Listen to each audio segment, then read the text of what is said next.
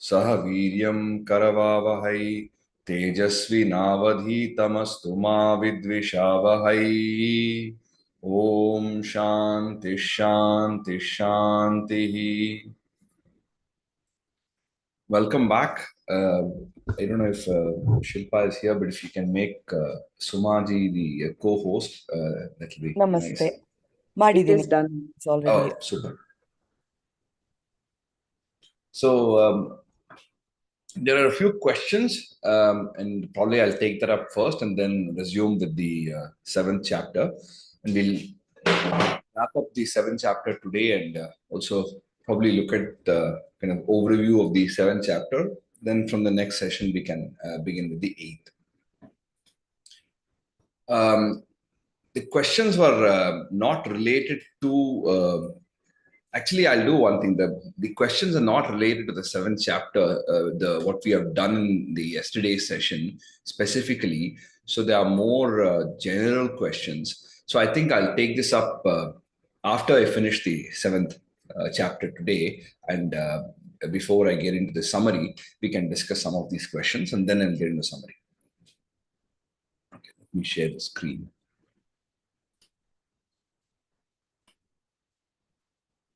Okay, so we had stopped at this iconic shloka. Yo yo yam yam tanum bhaktaha. Okay. So Krishna goes on to say, Sataya Shraddhaya Yuktaha Tasya Radhanam, I think it should be one word, some mistake there. Tasya Radhanam ihate labhate cha tatah kaman mayaiva vihitan hitan. So endowed with that steady faith, he gets his desired fulfilled. Those desires are indeed granted by me. So saha taya shraddhaya yuktaha tasyaha radhanam ihate. So even this word, this is what the Anvaya also says. Let me just check this one word. I'm not sure about this word. 720. Yeah, it should be tasya aradhanam, because that's what makes sense. So tasya aradhanam. Okay, there's some bug in this in my copy also. Okay, saha taya shraddhaya yuktaha, the one who is endowed with steady faith, shraddhaya yuktaha tasyaha aradhanam ihate, tasyaradhanam ihate. He gets his desires fulfilled. Tataha cha saha maya eva vihitan tan kaman hi labhate. So those desires are indeed granted by me. I'll just check on this verse later on if there is some bug. I don't know what radhanam means. Maybe it is it's a typo, or maybe there is some other interpretation. I'll check this. So here earlier said that in whatever form one wishes to choose, one chooses to worship, one wishes to worship the Supreme Being in good faith, I strengthen his faith further. It doesn't matter. You can go to any deity that you are preferring, and if it is sincere, I will strengthen that sincerity, that faith further, and endowed with that steady faith, his desires are fulfilled.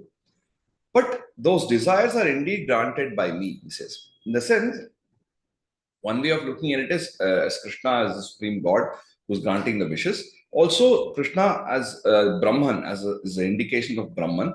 Whatever happens ultimately is the interplay of the gunas and the realization of once there is Brahman realization, then everything else falls in place. So it can be looked at in both the ways. But the straightforward translation meaning is that those desires are granted by me. Sataya Shraddhaya Yuktaha Tasyaradhanam ihate Labhate cha tatah kaman Mayaiva vihitan hitan. Let me just check this in my another copy. What does it say? 7th chapter, 22nd verse.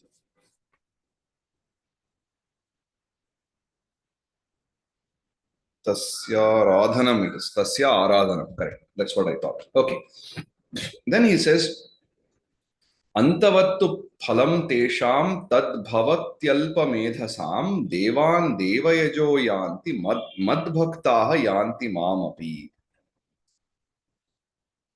However, these are men of limited understanding, limited learning. The rewards they get are temporary. People who worship other deities go to the deities they worship, but my devotees surely come to me. We'll see what this means, but just look at the Anvaya Krama. Tat tesham alpamedhasam.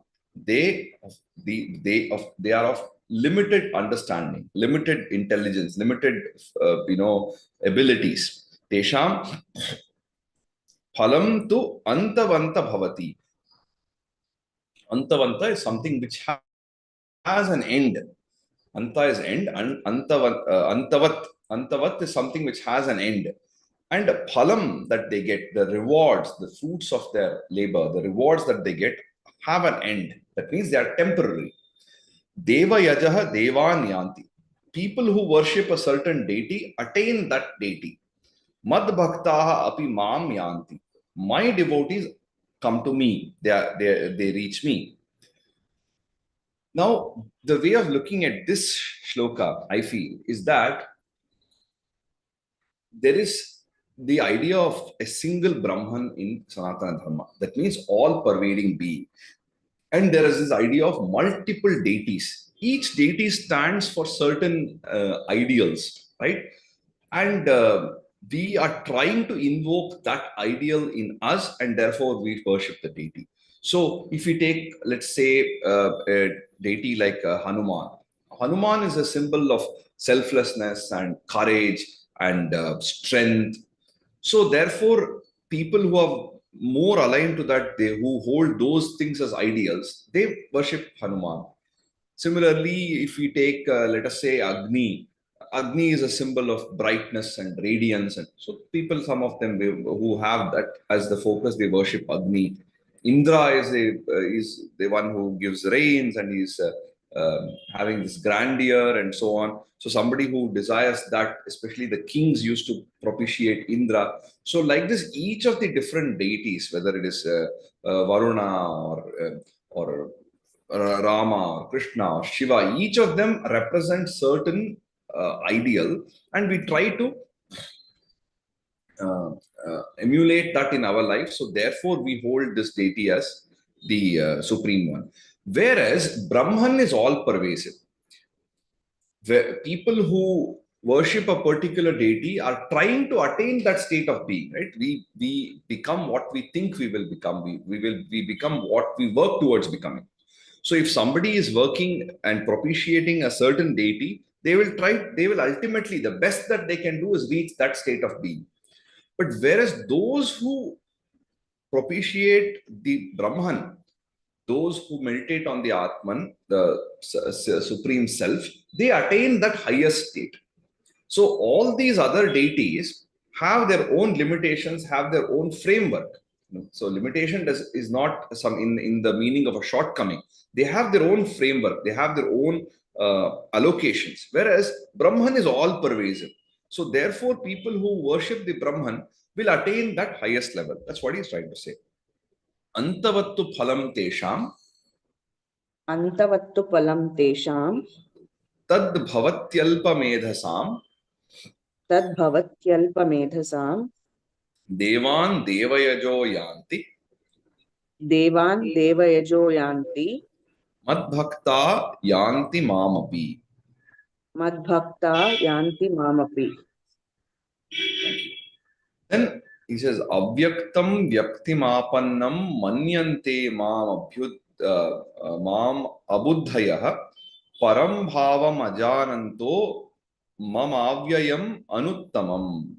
So, ignorant people think of me only as having a form.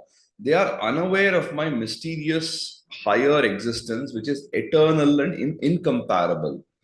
abuddhayah mama anuttamam param avyayam bhavam ajanantah avyaktam mam vyaktim apannam iti manyante. So abuddhayah, people who don't have buddhi, who are ignorant, mama anuttamam param, mama anuttamam, they think mama anuttamam param avyayam bhavam ajanantah avyaktam mam vyaktim apannam iti. Okay, so the ajananta, that is unborn, and avyayam, which is the indestructible. Avyayam bhavam ajanantah avyaktam. So they don't realize that they are unaware of my eternal form, which is param avyayam, which is eternal, and ajanantah, unborn. There is incomparable, and they think of me only as having a particular form. Am vyaktim apannam iti manyante. So they think of me only as having a form. They don't realize that they are unaware of my higher nature. So this is basically a tendency of people who are only looking at the material aspect. Like when we say, for example, don't judge a book by its cover. The reason we say that is because people often tend to judge a book by its cover. People tend to estimate, people tend to take decisions based on external aspects. You see somebody who is very well dressed, you think that they won't cheat you. But a person who is intending on cheating you will probably spend time to ensure that he's well dressed. Sometimes you look at somebody in a haggard state, you say, oh, he might be a beggar, but he might also be a eccentric genius who knows complex mathematics or something like that. So we never can estimate unless we go into the heart of the matter. So many times we think, oh, only this particular form is the supreme being. Nothing wrong with that. It's nothing. No, this is not something where Krishna is against idol worship. No, it's not the point. Any worship of an icon or worship of some symbol is in a particular phase of the spiritual journey. But once that phase is over, we go on to the next phase, which is far more exciting. As somebody who's learning the letters of a language, letters of an alphabet, will take some time and find it quite taxing and boring. But they won't realize at that time that once you learn the language, there is an entire ocean of literature which is available for you. But if you think that language only is this alphabet set of letters in the alphabet, then you are not really knowing. So, like that, ignorant people think of the Supreme only as having a form. So Supreme has a form in the form of an image or a murti or icon, or when some avatara happens in a physical form, that's fine. But they are not aware of the mysterious higher existence. That is the param higher existence, which is eternal and incomparable, which is indestructible and unborn.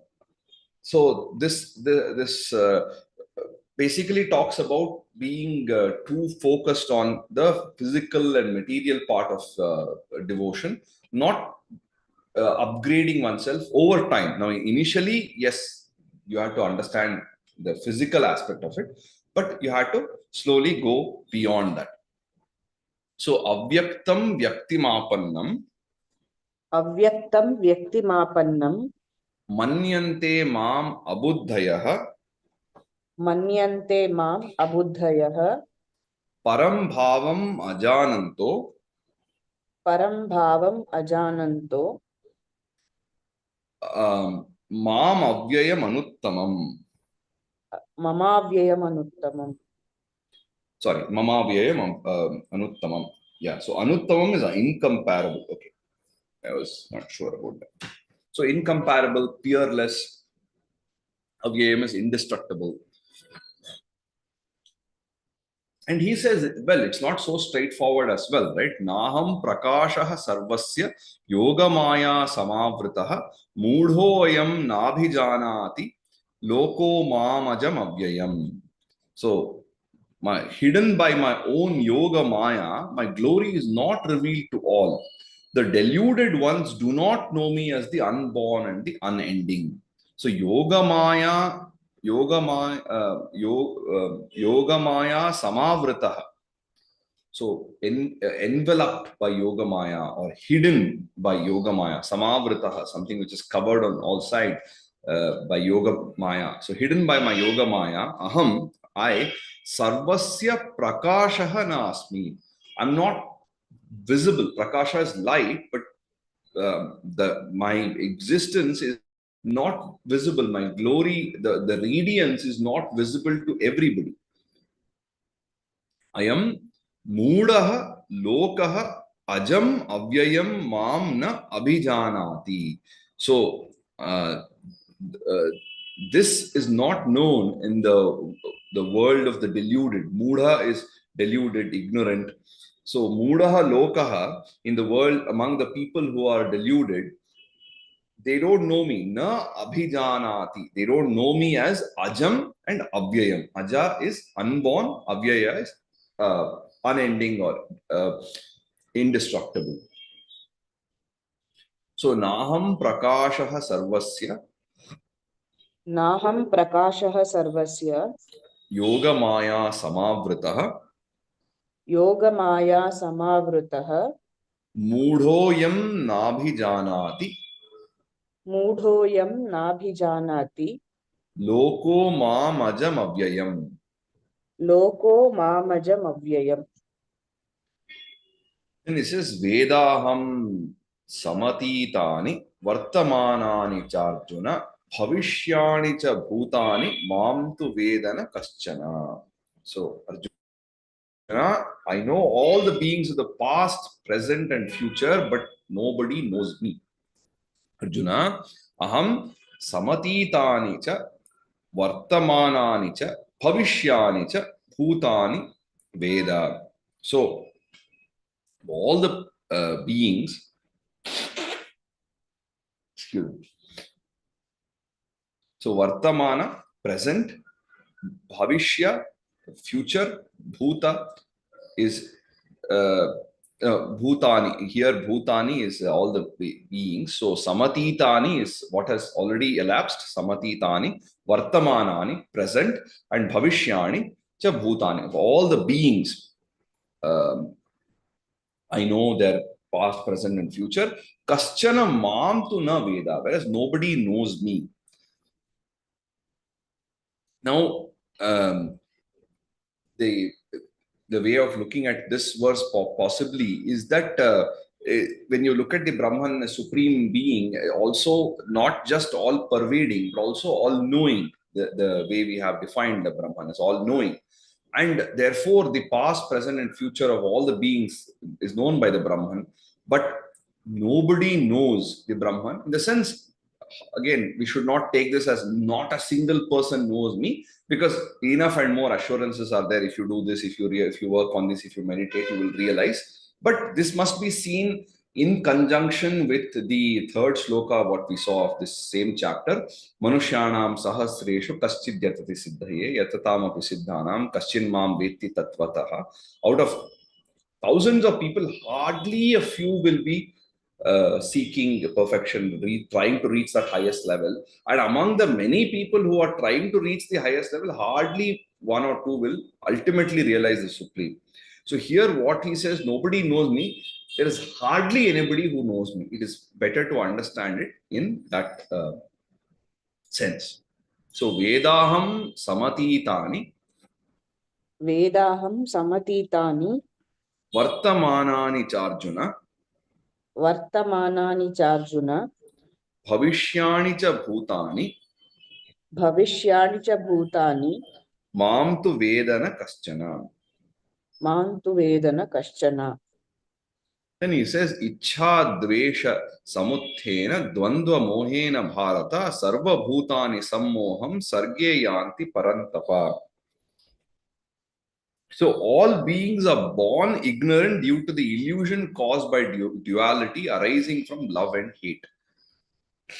So he says, Bharata, descendant of Bharata, Parattapa, destroyer, scorcher of enemies. Sarge, Sarva Bhutani. Sarga, as you know, is creation. Um, so, birth. So, at birth, from the beginning, Sarva Bhutani, all beings, Ichha Dvesha Samuthena Dvandva Mohena Sammoha Yanti. So, starting from birth, Ichha and Dvesha, like and dislike, the illusion, these two opposites or this duality, samuthena, arising from dvandva, the duality, mohena sammoham yanti. So the uh, uh, because of this duality, because we are born with likes and dislikes, this basically is the cause for our ignorance, is the cause for our delusion. So, because of this dvandva moha, the moha, the illusion created by these opposites, right from the beginning, when you see from the time a child is born, there is ichha and dvesha. I like this, I don't like this. If you like this, he is smiling. If he doesn't like it, it cries. Then, as you grow up older, over time, likes and dislikes. So, as long as this likes and dislikes, the dualities are there which are affecting us, it could be heat and cold, it could be praise and blame, it could be pleasure and pain, whatever these opposites, they are constantly playing in our life. And as long as this is there, we will be deluded. So he's saying they are born ignorant because of this. From birth, we have this ignorance, and we have to overcome, which he comes to in the next verse. So he says, Ichha Dvesha Samuthena Ichha Dvesha Samuthena Dvandva Mohena Bharata Dvandva Mohena Bharata Sarva Bhutani Sammoham Sarva Bhutani Sammoham Sarge Yanti Parantapa. Sarge Yanti Parantapa. So then he says, Yesham Tvantagatam Papam Jananam Punya Karmanam Te Dvandva Moha Nirmukta Bhajante Mam Dridha Vrataha. So, but as people do good activities and put an end to evil, they are slowly freed from this illusion of duality. Then they worship the Supreme with intense devotion. Yesham, the people, to punya karmanam jananam papam antagatam. So they start doing punya karma, good deeds, meritorious deeds, jananam, people, papam antagatam. They put an end to papam, they put an end to sin, put an end to crime, to mischief, to guilt, all these things. Te dvandva moha nirmuktaha. So they become release, they become free of this dvandva moha. Dvandva is duality and moha is delusion. So the delusion or the illusion caused by this duality, they become free of that. They become dvandva moha nirmukta. So nirmukta or vimukta is free from that, released from that, because it's like a binding. See, this illusion of duality is like you're in chains. It's becoming free of that change. You're breaking free. Dridhavrataha mam bhajante. So they become people of intense devotion. Dridhavrata, the vrata is a kind of taking an oath or being very disciplined and doing certain things in a planned manner. So they become people with intense devotion. Mam bhajante, they worship me. In this case, of course, wherever we have a reference to I or me, when Krishna is speaking, we take it as a supreme or supreme Brahman, because we have indication in the Gita elsewhere that Taham Atma Gudakesha, he says, right? So wherever we have a reference to Krishna as saying me, we can easily replace that with Supreme Brahman or any of these equivalents. Because basically that's what it is, that it is a reference to Brahma Jnana. All of these things, whether we take the path of devotion, we take the path of karma, or we take the path of wisdom, ultimately the destination is the same. We may take different paths. Destination is Brahmajnana. So it is important for people to do good things and put an end to evil. Slowly, this illusion will go away. yesham tvantagatam papam येषां त्वन्तगतं पापं jananam punyakarmanam जनानां पुण्यकर्मणां te dvandva moha nirmukta ते द्वन्द्वमोहनिर्मुक्ता bhajante mam dridhavrataha. भजन्ते मां दृढव्रताः. Then he says, Jara Marana Mokshaya Mamashritya Yatanti Te Brahma Tad Vidukritsnam Adhyatmam Karma Chakhilam. So, those who take refuge in the Supreme and strive for freedom from old age, they will know all that there is to know about Brahman, about Adhyatma and Karma. Ye mam ashritya, those who take refuge in me, that means those who take refuge in the Supreme Brahman, jara marana mokshaya. So moksha is here in this case, freedom from jara and marana, old age and death. These are the two things everybody is afraid of, old age and death. So freedom from old age and death will come when we attain Brahmajnana, which means that we are detached from bodily, uh, you know, feelings, bodily cravings. Basically, that identification, the body is transcendent. That's what it is, right? So, ye mam ashritya jara marana mokshaya yatanti te tat brahma. So yatanti te, so people who strive and they strive from freedom from old age and death. Brahma kritsnam adhyatmam akhilam karma cha viduhu. So they learn everything that there is to know. Akhilam, all whatever is there to know about Brahman, about adhyatma, and about karma. So they realize people who are working for freedom from old age and death. That means who are working for breaking the ties with the body through realization. It is not by suicide. It's not by deadening your emotions. It is by realization. You're trying to let go of this attachment to the body and take refuge in the Supreme Being. They will know all that there is to know about Brahman, which is the Supreme Being. Adhyatma, I had mentioned to you, Adhyatma is referring to one's personal experience at the level of realization and one of the layers of reality. Can also be value realization. And karma, you have studied in fair amount of detail. Any action is karma. And you learn about, he will know, a person who strives to attain this freedom from old age and death will know all that there is to know about karma in all its facets. So, jara marana mokshaya. जरा मरण मोक्षाय Mam ashritya yatanti ye. मामाश्रित्य यतन्ति ये Te brahma tad viduhu kritsnam. ते ब्रह्म तद्विदुः कृत्स्नम् Adhyatmam karma chakhilam. अध्यात्मं कर्म चाखिलम्. Then finally he says, Sadhi bhutadhi daivam mam sadhi yajnam cha ye viduhu prayana kalepi cha mam te vidur yukta chetasaha. So those who know me as Adhibhuta, Adhidaiva, and Adhiyajna, they truly know me. They are controlled in their thoughts and they are aware of me even at the moment of death. So, those people, sa adhibhuta adhidaivam sadhiyajnam cha mam viduhu. So, they know me as Adhibhuta, Adhidaiva, and Adhiyajna. Mam viduhu, they know me.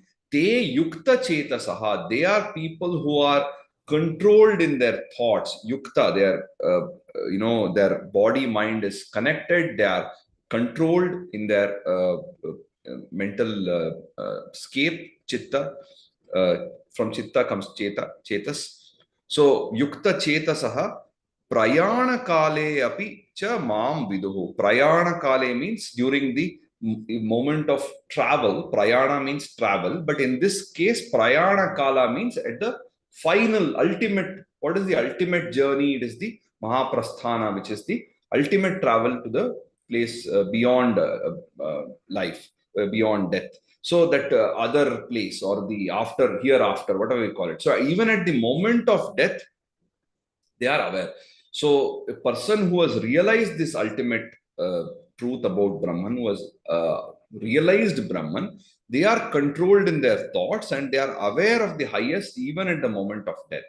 Another way of looking at it is, even at the moment of death, if somebody is able to realize, that is sufficient, because they enter a timeless state. It is whether you attain Brahmajnana at age of 35 or at 1 second, 1 minute before you die, both of them basically puts you in a timeless state. That is the idea.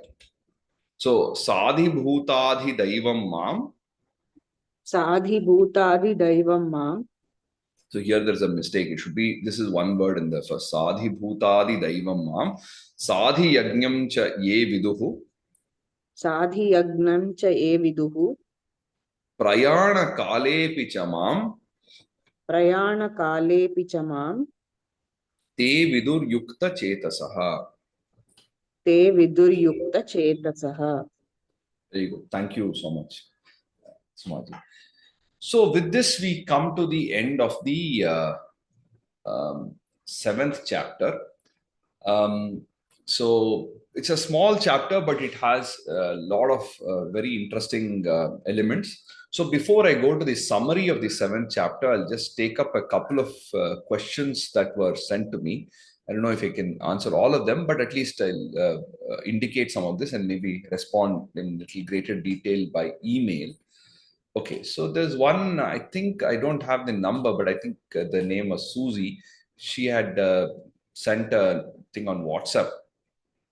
This is a practical difficulty at work, and she was trying to see if she can apply Bhagavad Gita to this situation. So the thing was, there's a colleague who is not doing what they're supposed to do, despite repeated requests and demonstrating the right action and so on. And they're frustrated with this colleague. So the question was, well, am I focusing too much on the outcome? What is, what is the way out and so on? Now, one general thing is that Bhagavad Gita has, even when it was, the Bhagavad Gita Upadesha was given by Krishna to Arjuna, he has given all the general principles and the tools for being peaceful. He has not given any specific training in archery to Arjuna. He has not said you do this thing specifically like this. So Arjuna has to use whatever skills. He's a master archer. He doesn't need any specific guidance from Krishna on that.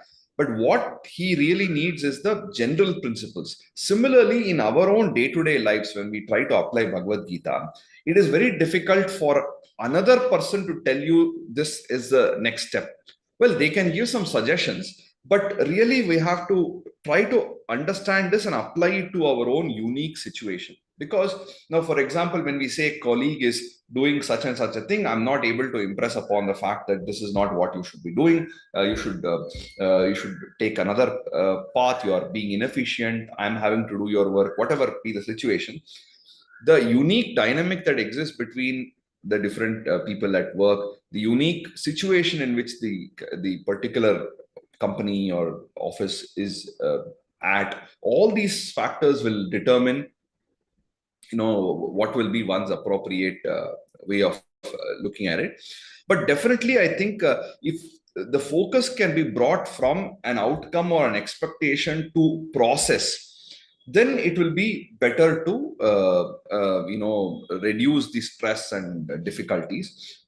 Then also, I think it is important to realize at what time that one till what point one can tolerate or adjust in a particular environment.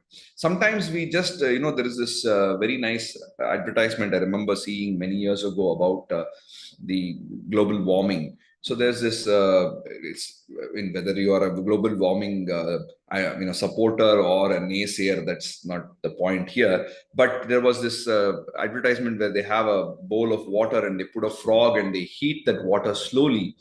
Over time, the water is not getting suddenly heated, but it's getting heated slowly. So the frog doesn't realize, and at some point of time, it's just unbearable and it dies. Whereas the same frog or another frog, when it jumps into hot water, immediately it jumps out realizing that it's very hot. So like that, when if we don't take care, sometimes we are not in a good environment, we don't realize we are trying to put up with it over time, and beyond a point we get into a situation where it is really bad and we go down with the whole organization. So we should know when to come out also. So on the one hand, not expecting, not going with certain expectation, but working on the process. And on the other hand, perhaps also to be cognizant, being too attached to the workplace, or to see when it makes sense to come out. So yeah, like I said, I don't know if I can give a specific answer, but it's useful to look at Gita and see if we can apply this in our day-to-day life. Okay, so Hamsa has a question about Adhi Yajna. So Arjuna also has this question in the 8th chapter, and Krishna answers it. So we'll come to that when we are in the 8th chapter. But basically, Adhi Yajna, the concepts of Adi Bhuta, Adi Daiva, Adhyatma, and Adhi Yajna are 4 concepts. I had mentioned, I think, earlier, but let me just quickly revisit these ideas. Adhibhuta is anything that happens at the level of matter. Whatever, anything we do in science, anything we do in our worldly transactions is Adhibhuta. Adi Daiva is the world of belief. Anything that happens at the level of religion, at the level of belief or art, all these things are Adi Daiva, where belief is the main component. Adhyatma is where we operate at personal experience level. So value is the main. So when we experience something, so water has hydrogen and oxygen atoms is a fact. Water is Varuna Deva is a belief. Drinking the water and quenching the thirst is Adhyatma.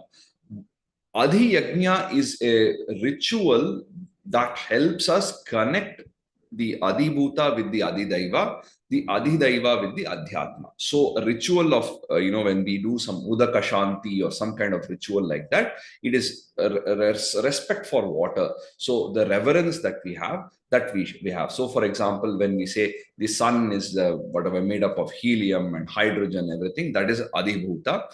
The sun is Surya Deva and you worship and you do some Surya Namaskara and all that. Like you do when you are having reverence for the deity, or you use it in a poem or something, that kind of thing. And in Adhyatma, it's realizing the light within. But Adhi Yajna will be like a Sandhya Vandana or a Surya Namaskara, where you're doing a certain ritual that binds this other 3 elements. So that's just roughly what it is. We will come to that little bit more when we do the 8th chapter. So in the starting of the 8th chapter itself, Arjuna will ask, what is Adhibhuta? What is Adhiya? What is Brahman? What is this? So he has set of multiple questions, because all these terms he has either forgotten or he is not clear about it. Okay, so I think I have somewhat answered this question on the colleague and not focusing on the result. Adarsh Gupta ji had some questions, just some clarification on the difference between the gunas, sattva, rajas, and tamas. Again, in the 14th, 17th, and 18th chapter, there's a detailed discussion on sattva, rajas, and tamas. So when we come to that, we will be able to clearly understand what it means. So I think Dr. Raju has sent a message. So thank you, sir. So that verse where I had a doubt is Tasya Aradhana only. Tasya Aradhana. So there was a mistake in my copy. But anyway, thank you, Dr. Raju, for clarifying that. So the 3 gunas are discussed in great detail in chapters 14, 17, and also in 18. Basically, sattva refers to something which is done with benign goodness, with vitality. Any action, anything that we do, we have a certain energy and positive approach, and we're doing it for the larger good. This, whatever we all these qualities come under sattva. So in the later chapters, we also see how sattva is applied to what is sattvika ahara, what kind of food is sattvika, what kind of dana is sattvika, what kind of words are sattvika. So based on all this, we can construct what really sattva means. So speaking words that are truthful and beneficial, soft spoken person, not being abusive, people who are peaceful in their life, they're honest, they're hardworking, they're sincere. This kind of qualities are associated with sattva. Rajas is relentless activity. So people who are very obsessed with their goal, they're always working, they're very, very focused and determined and workaholic and not bothered about any other thing but their work and focus. So that kind of activity, that's rajas. So people are always working, very active. The third trait of tamas, which is basically lethargy and laziness, such a person who is tamasic will be willing to eat old and terrible food, will be not at all clean in their clothes, they're ragged in their appearance, and so basically laziness, lethargy, not very serious about doing the right thing. So this kind of trait. Now all these traits are there in people in different quantities. Our attempt is to try and go more towards sattva and reduce our tamas and rajas. That's the idea. We will discuss that in little greater detail, but roughly this is the another question about whether prayers are considered as desires. If you are praying for your welfare or you're praying for your family's welfare, does it come under desires? Of course, it comes under desires. So, kama is one of the purusharthas. When you are, any desire that you have, which is positive, which is for the sake of betterment of yourself or your society, your family, whatever, all these are desires. If you desire, so there is nothing wrong with desire per se. The problem is when the desire is violating dharma. That's why even in the 7th chapter, in the 11th shloka, he says that dharma aviruddha kamaha. So the kama that does not violate dharma. If it is a dharma viruddha kama, that's a problem. So any desire that violates dharma, or any artha, the means to fulfill the desire, if the means are violating dharma, it's a problem. Whereas if the artha and kama are within the framework of dharma, there is no problem with desires, and wishing welfare for yourself or for your family or for your community is totally fine. There's no problem about that. Ritual of sacrificing animal of yajna. We used to have something called pashu yajna, which is basically they'll sacrifice some animal. Now, sacrificing of animals was common, or what must have been there earlier to some extent. Probably even today in some places it is followed. Like if you go to some of the Shakti Pithas, they have like a Pashu Bali and things like that. Well, basically it's a sacrifice. It's a sort of sanctifying this offering. And if meat eating is not considered as non-violence, then Pashu Bali also is not considered as non-violence. But the idea is that slowly, if you see the Vedic literature and the later literature also, there is a gradual movement towards less. If we can harm the society less, if we can harm the planet less, it is better. But it is not possible. So whether it is when we are driving a car or whether we are walking, whatever we are doing by our actions, definitely we are harming the environment to some extent or the other. So similarly with meat eating also, you're harming the environment to some extent. But our idea should be overall to harm the environment less. So there is no point if you are a vegetarian, but you have 10 SUVs. You are harming the environment anyway. So a person who is a meat eater and living in a farm and not having any possessions is harming the environment less. So we must have a holistic vision of the consumption rather than specific on food and drink. Now, Bhagavad Gita also doesn't talk about vegetarian, non-vegetarian, nothing. Whatever we eat, even if it is a grass, which is a leaf which has fallen from a tree of its own accord, we should not eat it with a sense of entitlement. We should eat it with a sense of gratitude. So whatever we eat with gratitude. When we cultivate that trait, then naturally we will move towards harming the environment less. And finally, there's a question about Muni and older generation, like in the history and the mythology, we have the Jnanis and Munis who are they were not able to overcome their anger. They used to curse. What kind of Munis are they? This is something that we all would have also thought about. What is this Durvasa? He's always cursing people. He's supposed to be a realized person, but he's getting angry. So clearly, we see in the past that even the sages, even the rishis are not free of this.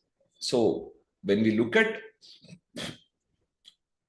the past, now why do they get angry? Now, of course, see, a lot of later Purana stories have been made, like told such a way that Durvasa will come somewhere and he is nobody takes care of him. He and abuses them and goes away and things like that. But if you think about it, many times when the rishis or people have got angry, it is a justified anger. One thing that it's not they are not just getting angry for the heck of it. Second thing is they have also suffered because of the anger. They are also not, they are like sometimes when they lose their control, self control over their own anger, over their own sexual desires, whatever it is, they fall down from that standard and they have to work again for many years to reach the higher level. So we see that in the case of Vishwamitra, when he gets attached to Menaka, and then again he has to do the tapas for so many years to rise his standard. So like this, people, when they are getting angry or they're losing the control over themselves, they are also facing the repercussions of it. At the same time, the person who has got the shapa or something has some opportunity at Papa Vimochana. They have some way out. And these anger that is expressed many times, it is a righteous anger. They are finding fault with some adharmic activity. So one need not be too worried about that. We can see it in the right spirit and see that yes, one way of looking at it also is that even the great jnanis, great munis have the opportunity to slip. In Tamil, we have a saying, Yanikum Adisarkum. So even an elephant can slip and fall down. Even a great person can make a mistake. So therefore, it is okay. We should not be too hassled about it. And in our own life also, if we make a mistake or something, there is no need to get too worried. We try to go back. Then we saw in the 6th chapter, wherever and whenever the mind strays away, then and there we try to bring it back. Don't waste time cursing yourself, feeling bad about yourself, but bring it back to you're on track. Okay, so I think we spent little time today with all the discussions and extra things. We'll go to the overview of the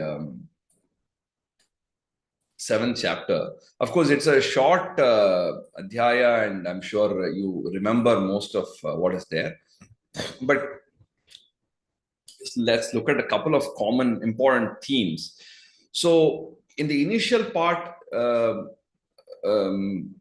he talks about the Jagat, the sentient Prakriti, the insentient Prakriti. Then he talks about Ishvara, then the essence of Brahman in Ishvara, the marks of Brahman, the signs of Brahman. About Maya, he discusses crossing over Maya, worship of Ishvara, and the cessation of infatuation. Again, this is from D.V. Gundappa's Jivana Dharma Yoga. It will be worthwhile to look at some of the important concepts of Indian philosophy today because of the 7th chapter.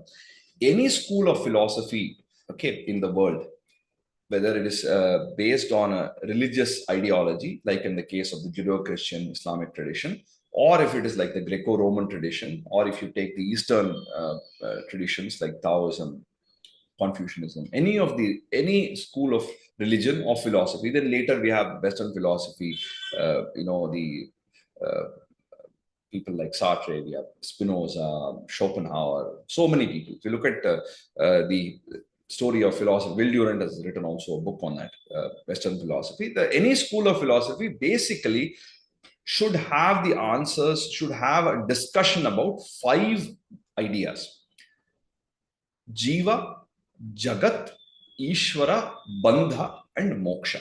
These are the 5 concepts that every school of philosophy must have something to say about it. One is Jiva. Jiva means individual, the nature of the individual. What is what about the birth and death of the individual? Birth, growth, old age, and death. Is there a birth and then is there a rebirth, or is there only one birth? Uh, all about the human condition. What does the school of philosophy say about the human being, about the different beings, Jiva? Second is, what does this philosophy say about the universe, about the Jagat?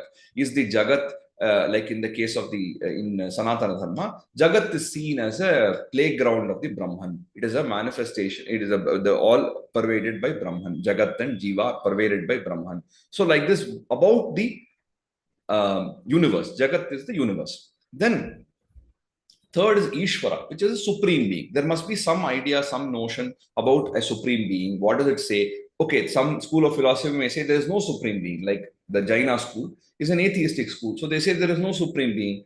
So in other schools, they say, yes, there is a supreme being. Some schools say there is only one supreme being, and that is called ABC. Or some schools say there are many supreme beings. But there must have something to say about Ishvara.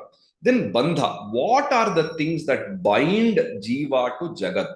What are the things that are holding this together? What are the things that are holding back the Jiva? There must be a discussion on. So, what are the undesirable things? What is binding is Bandha. Moksha is release. What constitutes ultimate release? What is the ultimate state of being? What is the final destination, final goal? So, any school of philosophy must discuss these 5 core concepts. If it does not discuss one or more of these concepts, then it is an incomplete philosophy, incomplete school of philosophy. So, all these are brought out in some sense in the 7th chapter. If we look at the 7th chapter, we get a flavor of all these 5 elements. Right in the beginning, Krishna says, listen to how you will know this supreme being without any doubt, in a complete manner. So, samagram, asamshayam samagram, very important words. One is without doubt, and samagram, which is complete, holistic, from beginning to end, you will know this. Then he talks about the different states of. Let me just take these verses. So he takes. It starts off by saying, "I'll tell you the complete picture. I'll give you the complete picture, and both jnana and vijnana, both the theoretical knowledge and the experiential wisdom, both I'll share with you." Then he warns Arjuna that among thousands of people who are striving for, among thousands of humans, only a few people are striving for perfection. Not all. Very few people actually striving hard for perfection. And among those, very, very few will finally attain the ultimate. Then he talks about the 8 forms, the 5 elements: earth, fire, wind, water, space, and manas, buddhi, ahankara, the 3 aspects of the inner mindscape. And these are the lower nature, he says, and then there's a higher nature, which is a life force that sustains the universe, and is a source and the dissolution, the srishti and the laya, prabhava and pralaya is the words he uses in this shloka, right? And everything is strung on the supreme like the pearls on a string in a necklace. So that shows it's a visual thing that ties everybody, the whole universe together, is the supreme. And then from the 8th shloka onwards till the 11th, he talks about, he gives a flavor of, like that, what will come in the 10th and 11th chapter. The best of everything is represented by the supreme. So how do we know the supreme? The supreme is the eternal seed of all beings, the sacred scent of the earth, the radiance of the fire, austerity of the austere, and the splendor of the splendid, wisdom of the wise. So, like this,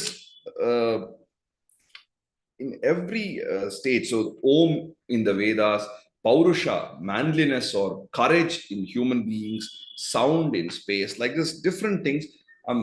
Finally, he says that in those who are strong, I am pure strength, devoid of all lust and passion. So, Raga and the Dvesha, Vivarjita, Kama, Raga, Vivarjita, I forget the verse. So, yeah, Kama Raga Vivarjitam, Dharma Viruddho Bhuteshu, Kamosmi Bharata Rishabha. So, in all beings, I am that desire that which doesn't violate Dharma. So, any desire that doesn't violate Dharma is kosher.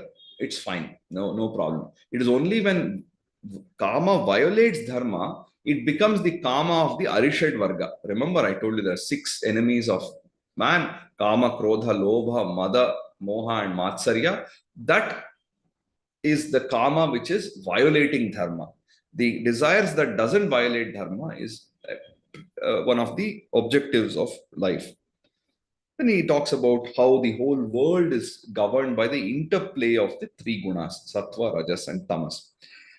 It's very difficult to cross over maya, and it takes a lot of effort to uh, transcend maya, and that can be done only by submitting to the supreme, submitting to the higher being, and by working towards realizing the Brahman. Then 16th, 17th, he talks about the 4 types of people, 4 types of noble devotees who worship the Supreme. So one is the Artha, who is troubled. Whenever we are troubled, we go and we try to worship the Supreme. We pray to God and say, please help me. So that is one, the troubled person. Then Jignasu, a person who is seeking wisdom. Artharthi, one who is seeking wealth, who wants money, is also worshipping the Supreme. That is also fine. Finally, the 4th one is a Jnani, one who realizes the truth, also worships. Now, there was once a discussion I remember with Dr. Ganesh, our guru, and a few people were sitting and we were discussing. And one of them, I think, was trying to say how once you reach Brahma Jnana, all these things are useless, sir. You don't need any of these things. Then he asked, look at Ramana Maharshi. Why should he sit in Tiruvannamalai? Right? Once you reach Brahmajnana, he could have gone to Manhattan. No? He could have been sitting in New York City in some place. It makes no difference. For Ramana Maharshi, it makes no difference whether he's in Manhattan or whether he is in the Pacific Ocean or whether he's in Tiruvannamalai. But why did he choose to be in Tiruvannamalai? Why did he have so much of devotion for Shiva? Because a Brahmajnani realizes the play of the Brahman, realizes the Leela of the Brahman, and therefore is naturally also worshipping the Supreme. Then he talks about how all these devotees are noble, but the Jnani has a special place because he is not entangled with anything. He is doing it because it's a natural thing for him. And of course, then ignorant people think of the Supreme as only as having a form, and they are unaware of the higher existence. And because of the yoga maya, the glory is not revealed to everybody, and the deluded ones do not have this understanding. There is this duality of love and hate, of cold and heat, praise and blame, honor, dishonor. These dualities are constantly playing in our life from the beginning. When we are able to go beyond these dualities, we can be free of this delusion. And as we go forward, putting an end to the evil and doing good, so more punya karya and less of papa karya, slowly we transcend this illusion created by the duality and reach the highest level. And those who take refuge in the Supreme and who strive for freedom from old age and death. What is the meaning of freedom from old age? It does not mean you won't grow old. If somebody realizes Brahman, that person also will grow old. But having grown old, it doesn't make any difference because they are not associating with the body. So whether they are 40 years old, whether they are 80 years old, they are not associated with the body once you attain Brahman Jnana. So it does not matter. So they don't they come out of that whole cycle of old age and growth and decay and all these things. Body is just a vehicle. So they realize that and they transcend it. So I think roughly we kind of ran through this seventh chapter quickly. So in after the weekend we will get back. We'll start with the eighth chapter. So thank you so much, and we will meet after the weekend. Have a nice time. Namaste. Om Tat Sat. Thank you, Thank you, Hariji. Sumaji, for Namaste. insighting. Thank you, Harish. Thank you. Thank you, sir. Bye.